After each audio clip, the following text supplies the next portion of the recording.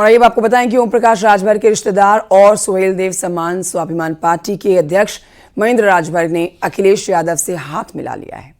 लखनऊ में Samajwadi party office पहुंचे महेंद्र राजभर ने अखिलेश यादव का समर्थन किया है और इस दौरान अखिलेश यादव ने भरोसा दिया है कि समाजवादी पार्टी की सरकार बनने के बाद लखनऊ में रिवर फ्रंट पर सुहेल देव महाराज की प्रतिमा लगाई जाएगी। वहीं अखिलेश यादव ने पीडीए की लड़ाई में महेंद्र राजभर का साथ देने का आभार जताया।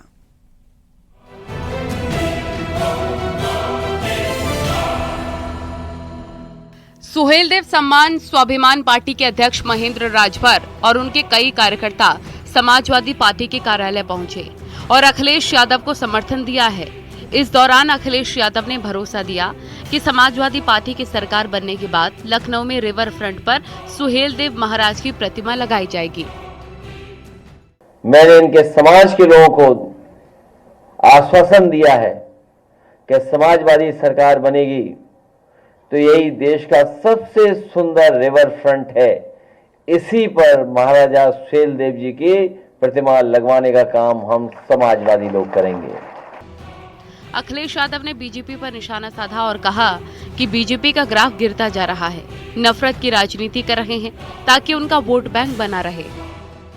भारतीय जनता पार्टी का लगातार वोट का ग्राफ नीचे जा रहा है, उससे वो घबराए हुए हैं। वो अपने समर्थकों को, कट्टर समर्थकों को एकजुट रखने के लिए कभी मदरसों पे कार्रवाई, कभी माइनॉरिटीज पे कार्रवाई, कभी वक्फ बिल लाना, ये जो नफरत की राजनीति वो अपने वोट को संभालने के लिए कर रहे हैं। अखिलेश यादव ने प्रेस कॉन्फ्रेंस की थी जिसमें सुहेल देव सम्मान स्वाभिमान पार्टी के महेंद्र राजभर और उनके कई कार्यकर्ता पहुंचे। अखिलेश यादव ने पीडीए की लड़ाई में महेंद्र राजभर का साथ देने पर आभार भी जताया। न्यूज़ 18 के लिए ब्यूरो रिपोर्ट।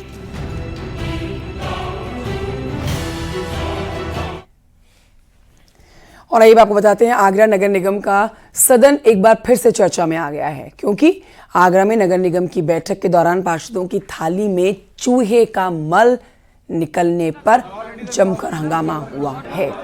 सदन में लंच के समय पार्षदों को खाने की थालियां दी जा रही थी और इसी दौरान पार्षद हेमलता चौहान ने हंगामा कर दिया।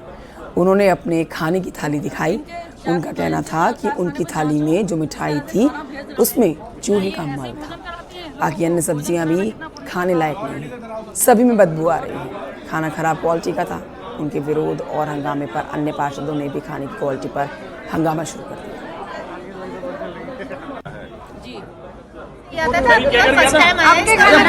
पहले पता लग जाना चाहिए, किसी को भी अच्छा नहीं लगा। कच्ची रोटी थी, बिल्कुल कच्ची रोटी।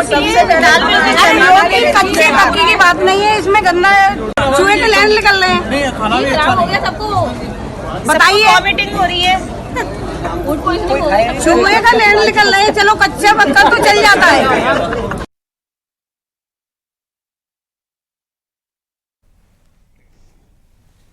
औद्योगिक विकास मंत्री नंदगोपाल गुप्ता नंदी ने प्रयागराज मंडल के उद्यमियों से संवाद किया और इस मौके पर कई उद्यमियों को उन्होंने आवंटन पत्र बांटे हैं। मंत्री नंदगोपाल नंदी ने कहा है कि नैनी में 270 करोड़ की लागत से बिस्लेरी प्लांट स्थापित होगा। प्लांट लगने से 500 से ज्यादा लोगों को रोजगार मिलेगा।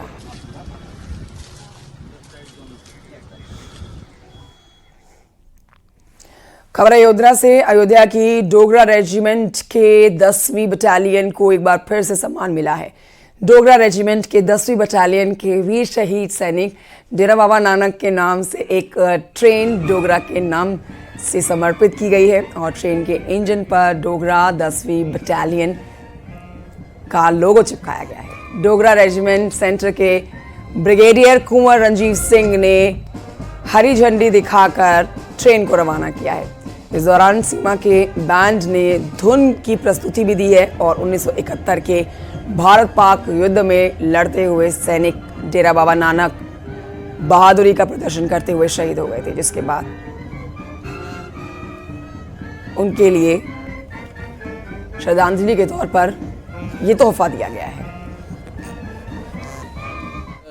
अयोध्या का एक केंद्र में स्थापित है और ये एक ऐसी बटालियन है इसने एक युद्ध में बड़ा अपना योगदान दिया है उसी को समर्पित रेलवे ने एक लोको का नाम डोगरा नाम से रखा है, और इसलिए भी रखा है कि ताकि वो जब अयोध्या से आसपास से गुजरेगी तो यहाँ के लोग भी मैसेज जा सके कि यहाँ पर एक डोगरा रेजिमेंट है।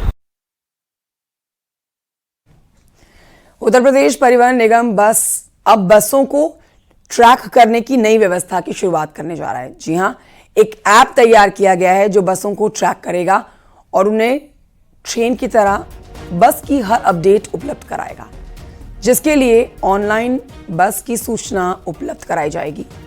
यूपी मार्गदर्शी एप्लीकेशन ऐप को तैयार करके ये जानकारी जुटा सकेंगे। बसों की लोकेशन, टिकट बुक करने की सुविधा, साथ ही कंप्लेंट और अन्य अलग अलग सुविधा उपलब्ध होगी।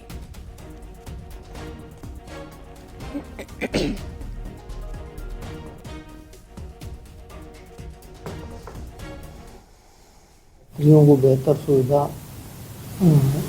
अपने बस के बारे में पूरी जानकारी दी जाए, और वो एक मोबाइल में ऐप है, मार्गदर्शी ऐप, उसके जरिए ये अपनी बस को ट्रैक कर लें और उसके थ्रू और भी प्लानिंग उनकी रहेगी कि वो उसी ऐप के माध्यम से कोई भी कार्रवाई आगे कर सकें।